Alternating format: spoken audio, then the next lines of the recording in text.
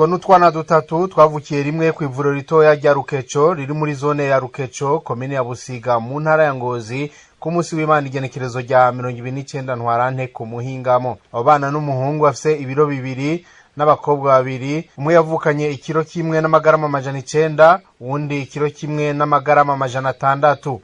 Urongoye ivuriro ritoya rya Rukeco, Nyandwi Pierre Claver, avuga yuko baciye babarungika ku bitaro bikuru vya Ngozi kugira ngo babandanye babakurikirana. Twebwe nkuko byari bisanzwe twakira ngaha anyi abantu batandukanye, twarakiri umuvyeyi asanzwe afise imbanyi, mugabo afise ibimenyetso by'uko iyo mbanyi igeze, kuko hariho ibintu bitwereka. Yaje ava ku mutumba Nyabizinu agacimbira umutumba, ego hanyuma rero turamwakira, turamukurikirana, turamusuzuma, turabona yuko ageze kwibaruka.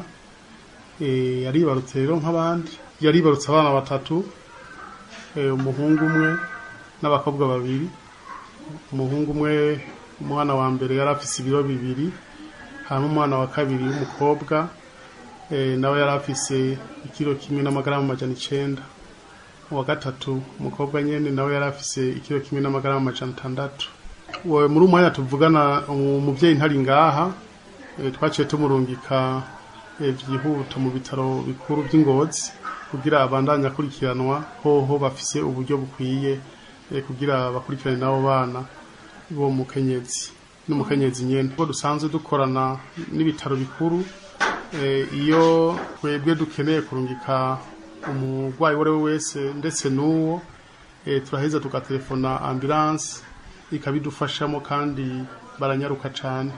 Nayo Miburo Menedora yibarutse ubwo bushuri asaba umuryango w'umukuru w'igihugu kubafasha uko ngo bafise amikoro make. Twibarutse ejo 8:30 twibarukiye mu Rukeco kwa muganga. Hari ubukene